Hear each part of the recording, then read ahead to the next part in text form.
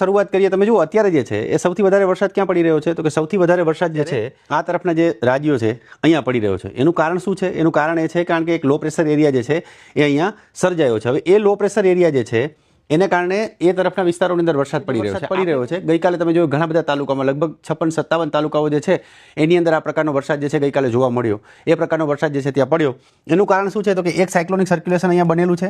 આ તરફથી જે છે એ ભેજવાળા પવનો સતત આવી રહ્યા છે, અહીંયા ભેજવાળા પવનો સતત આવી રહ્યા છે, બરાબર. અને અહીંયા જે છે લો પ્રેશર એરિયા તો ગઈકાલે મજબૂત લો પ્રેશર એરિયા બની ગયો, તો વેલમાર્ક નબળો પડીને લો પ્રેશર એરિયા બની ગયો છે. હજી આ સિસ્ટમ જે છે થોડીક નબળી પડશે, પણ આપણે ત્યાં જે છે એ વરસાદ ચાલશે. એટલે એ સિસ્ટમ જે છે એની અસર આપણે કદાચ થોડી મોડી થાય, પણ અત્યારે આપણે ત્યાં વરસાદ પડશે, બરાબર. તો આ પ્રકારની સ્થિતિ છે. બીજું આની સાથે સાથે હું તમને થોડીક વાત કરી દઉં કે અહીંયા જે છે એ કચ્છના વિસ્તારો છે ત્યાં જે છે એટલે કે ગુજરાતના દરિયાકાંઠાના જે વિસ્તારો છે એની અંદર પવનની ગતિ જે છે થોડી વધારે રહેવાની શક્યતા છે. દરિયો જે છે આપણી આસપાસ જે છે થોડો તોફાની રહેવાની શક્યતા છે, કારણ કે પવનની ગતિ વધારે છે એટલે થોડોક દરિયો રફ રહેશે. એ પ્રકારની સ્થિતિ છે. તમે જુઓ કે આ વાદળો અહીંયા દેખાઈ રહ્યા છે, આ તરફ વાદળો છે અહીંયા, કારણ કે લો પ્રેશર એરિયા અહીંયા છે, એની અસર અહીંયા થઈ રહી છે. મધ્યપ્રદેશથી લઈને આ તરફના વિસ્તારોની અંદર વધારે વરસાદ છે. ગુજરાતની અંદર પણ આપણે ત્યાં વરસાદનું પ્રમાણ હજી આપણે ત્યાં વધશે, એટલે એ આપણા માટે સારી વાત છે. ગઈકાલે આપણે જે વરસાદ પડ્યો એ કદાચ 2 ઇંચ જેટલો કેટલાક વિસ્તારોમાં પડ્યો, 1.5 ઇંચ પડ્યો, 1 ઇંચ વરસાદ પડ્યો, અને એના પછી 1/2 ઇંચ, અને કેટલાક વિસ્તારોમાં 1/2 ઇંચ વરસાદ પણ નથી. પણ સારી વાત એ છે કે વરસાદની શરૂઆત આપણે થઈ ગઈ છે અને હજી વરસાદનું પ્રમાણ આપણે ત્યાં વધવાનું છે. કેવી રીતે વધશે, કયા જિલ્લાઓમાં વધશે, શું છે એની થોડીક આપણે વાત છે એ પછી આવનારા આપણે આગળ કરીએ. હું તમને જિલ્લા વાઇઝ પણ તમને જણાવીશ, પણ એ પહેલાં આપણે અત્યારે શું સ્થિતિ છે. તો અત્યારે જે સ્થિતિ છે એ મુજબ તમે જોશો તો તમને ખબર પડશે કે અહીંયા જે છે આ મોડલ તમે જુઓ તો અહીંયા જે છે એ લો પ્રેશર એરિયા છે, જે આપણે જેની સિસ્ટમની વાત કરી રહ્યા છીએ. હજી આ લો પ્રેશર એરિયા જે છે એ કેટલાક દિવસ સુધી ત્યાં રહેશે, થોડોક નબળો પડશે પ્રકારની સ્થિતિ મોડલો દર્શાવી રહ્યા છે. એટલે હજી જે છે આ સ્થિતિ જે છે એ અહીંયા હજી થોડાક દિવસ સ્થિર રહેશે અહીંયા. એના પછી આગળ વધવાની શક્યતા છે. હવે આપણે વાત ગુજરાતની. ગુજરાતમાં અહીંયા જે છે તમે જુઓ કે આ બધો પીળો કલર અહીંયા દેખાઈ રહ્યો છે, એનો મતલબ છે ભેજવાળા પવનો આવી રહ્યા છે. આ બધા વિસ્તારો જે છે ત્યાં આપણે ત્યાં વરસાદની શક્યતા છે. ગુજરાતમાં આવનારા 5 દિવસ સુધી આપણે જે વાત કરીએ તો તમામ જિલ્લાઓ જે છે એની અંદર કેવી શક્યતા છે, તો કે છૂટાછવાયા, બરાબર, હળવાથી મધ્યમ પ્રકારના વરસાદ. એનો મતલબ એવો થયો કે 1/2 ઇંચ વરસાદ છે એ 1/2 ઇંચ વરસાદથી લઈ, બરાબર, અને લગભગ 2 થી 3 ઇંચ જેટલા વરસાદની શક્યતાઓ જે છે આપણે ગુજરાતના ઘણા બધા વિસ્તારોમાં દેખાઈ રહી છે. તો જે જગ્યાએ વાવેતર થઈ ગયા છે ત્યાં 1/2 ઇંચ વરસાદ પડે તો પણ એમના માટે સારી વાત છે. જે જગ્યાએ વાવેતર હજી નથી થયા એમને હજી થોડાક દિવસ કદાચ વરસાદની રાહ જોવી પડશે. વરસાદ હજી આપણે ત્યાં વધશે, ત્યાં 3-4 ઇંચ વરસાદ પડી જાય તો વાવેતર થઈ જાય, વાવણી થઈ જાય, એ પ્રકારની શક્યતાઓ જે છે થોડી ઘણી આપણે ત્યાં લાગી રહી છે.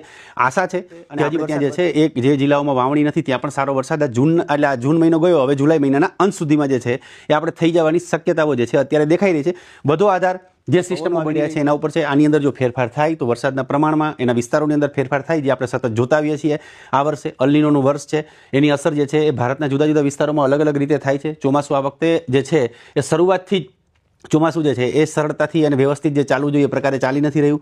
વરસાદ આ તરફ પણ પડી રહ્યો છે પણ ત્યાં પણ ઓછો છે, અને સતત આપણે જે છે એ ઘણા બધા વિસ્તારોમાં ખૂબ ઓછો વરસાદ છે. જે આપણે જોઈએ કે ભાઈ વરસાદ કેવી રીતે વધશે એની થોડીક આપણે વાત કરી લઈએ. તો વરસાદ જે છે એ આવનારા દિવસોમાં એટલે લગભગ તમે આપણે જે વાત કરતા હતા કે ભાઈ 19-20 તારીખથી વરસાદનું પ્રમાણ થોડુંક વધવાની શરૂઆત થઈ જશે. દક્ષિણ ગુજરાતના કેટલાક વિસ્તારોમાં 19-20 તારીખે થોડો વધારે વરસાદ પડશે. એના પછી જે છે એ વરસાદનું પ્રમાણ હજી વધશે. એટલે ગુજરાતના મોટાભાગના વિસ્તારોની અંદર જે છે આપણે જે વાત કરી 5-6 દિવસ સુધી હજી આવનારા દિવસોની અંદર આપણે ત્યાં જે છે એ છૂટો છવાયો હળવોથી મધ્યમ પ્રકારનો વરસાદ પડવાની શક્યતાઓ જે છે એ દેખાઈ રહી છે. લગભગ આપણે ત્યાં 21-22 તારીખની આસપાસ જે પ્રમાણ હજી થોડું વધે એવી શક્યતાઓ છે. સિસ્ટમ હજી ત્યાં જશે, એના પછી સિસ્ટમ આગળ વધશે. આ બધા વિસ્તારોની અંદર પણ વરસાદ પડવાની શક્યતા છે. ટ્રફ થોડીક નીચે આવશે એટલે એનો અસર અહીંયા થશે. આપણે ત્યાં જે છે અહીંયા પણ જે છે વરસાદ વધી રહ્યો છે એટલે પવનો આ તરફ આવશે, એની આપણે ત્યાં ફાયદો થશે. એટલે દક્ષિણ ગુજરાતના જે વિસ્તારો છે ત્યાંથી પૂર્વ ગુજરાતના વિસ્તારો, મધ્ય ગુજરાતના કેટલાક વિસ્તારો અને સૌરાષ્ટ્રના કેટલાક જે વિસ્તારો જે છે એની અંદર આપણે ત્યાં જે છે એ લગભગ 20 તારીખ પછી 20 તારીખની આસપાસથી વરસાદ વધવાની, હજી થોડું પ્રમાણ વધવાની શરૂઆત થઈ જશે. જો થોડું પણ પ્રમાણ વધે તો પણ આપણા માટે ફાયદો છે. વરસાદ જરા પણ નથી, આપણે જો થોડું પણ વધે તો પણ આપણે ફાયદો છે. કચ્છથી લઈ બનાસકાંઠા, વાવથરા એ તરફના વિસ્તારોથી લઈ દેવભૂમિ, દ્વારકા, જામનગર, પોરબંદર એ તરફના જે વિસ્તારો છે, રાજકોટના વિસ્તારો છે જ્યાં વરસાદ નથી ત્યાં પણ વરસાદ થોડોક થઈ જાય એવી આશા અત્યારે જાગી રહી છે.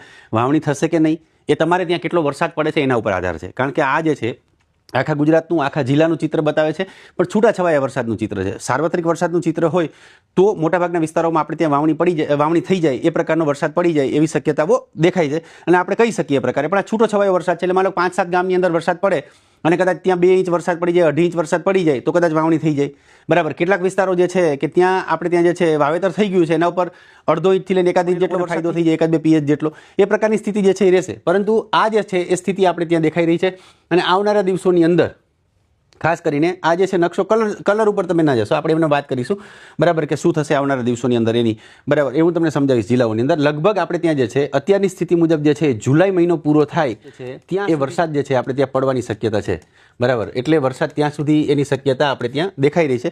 એટલે એ આપણા માટે સારી વાત છે કે જ્યાં જુલાઈ મહિનો પૂરો થાય ત્યાં સુધી વરસાદ પડે તો આપણા માટે એ સારી વાત છે. બીજું હવે આપણે વાત કરીએ કે ભાઈ વરસાદ વધશે કેવી રીતે વધશે. હવે તમે જુઓ આ જે બધા ગુજરાતમાં 5 દિવસ માટે તમામ વિસ્તારોમાં છૂટાછવાયા એટલે તમામ જિલ્લાઓમાં છૂટાછવાયા વરસાદની શક્યતા છે એટલે આગાહી છે. એટલે એની આપણે ચિંતા છે. બપોર પછી વધારે વાદળો બને છે, વરસાદ પડે છે. બીજું કે આ વરસાદ ચોમાસાનો છે હવે એટલે દિવસે પણ પડશે, સવારે પણ પડશે અને રાત્રે પણ પડશે, એ પ્રકારની સ્થિતિ છે. હવે અહીંયા જે છે એ જ્યારે વરસાદ વધવાની આપણે વાત કરી રહ્યા છીએ ત્યારે વરસાદ જે છે એ આ બધા જિલ્લાઓમાં દાખલ કે મહીસાગર છે, અરવલ્લી, સાબરકાંઠાથી લઈ અરવલ્લી, મહીસાગર એ તરફના વિસ્તારો છે, પછી છોટાઉદેપુર, દાહોદ એ તરફના વિસ્તારો છે, પંચમહાલ છે, વડોદરાના વિસ્તારો છે. એના પછી જે છે નીચેથી વલસાડ, નવસારી, ડાંગ, તાપી, સુરતના વિસ્તારો છે. આ બધા વિસ્તારોની અંદર પણ વરસાદ જે છે એનું પ્રમાણ વધશે. કેટલાક વિસ્તારોમાં મધ્યમ કરતાં પણ સારો વરસાદ થાય એવી શક્યતાઓ દેખાઈ રહી છે. પછી અહીંયા જે છે અમરેલી, ભાવનગર, ગીર સોમનાથ, પછી આપણે ત્યાં જે જૂનાગઢના વિસ્તારો, રાજકોટના કેટલાક વિસ્તારો, પોરબંદરના કેટલાક વિસ્તારો એની અંદર પણ વરસાદનું પ્રમાણ વધશે. આ વિસ્તારો કે જ્યાં વરસાદ નથી, દેવભૂમિ દ્વારકા છે, જામનગર છે, મોરબીના વિસ્તારો છે, કચ્છના વિસ્તારો છે, સુરેન્દ્રનગરના કેટલાક વિસ્તારો છે, પાટણના વિસ્તારો છે, એના પછી બનાસકાંઠાના વાવ થરાદના વિસ્તારો છે. એ વિસ્તારોની અંદર પણ આવનારા દિવસોમાં વરસાદ થઈ જવાની થોડી શક્યતા આપણે ત્યાં દેખાઈ રહી છે. થોડીક સ્થિતિ અઘરી છે કારણ કે વાવણી નથી થઈ એટલે આપણે વાવણી માટે રાહ જોઈ રહ્યા છીએ. જે વાવણી થઈ ગઈ છે એમના માટે બી કેટલાક જે પિયતની સગવડ નથી એમના માટે બી થોડુંક અઘરું છે કારણ કે વરસાદ જો જલ્દી આપણે ત્યાં તકલીફ પડવાની શક્યતા દેખાઈ રહી છે. પણ અત્યારે એવી આશા રાખીએ કે આ મહિનો પૂરો થાય 30 તારીખ સુધીમાં આપણે ત્યાં જે છે ઘણા બધા વિસ્તારોમાં વરસાદ થઈ જાય એવી શક્યતાઓ છે.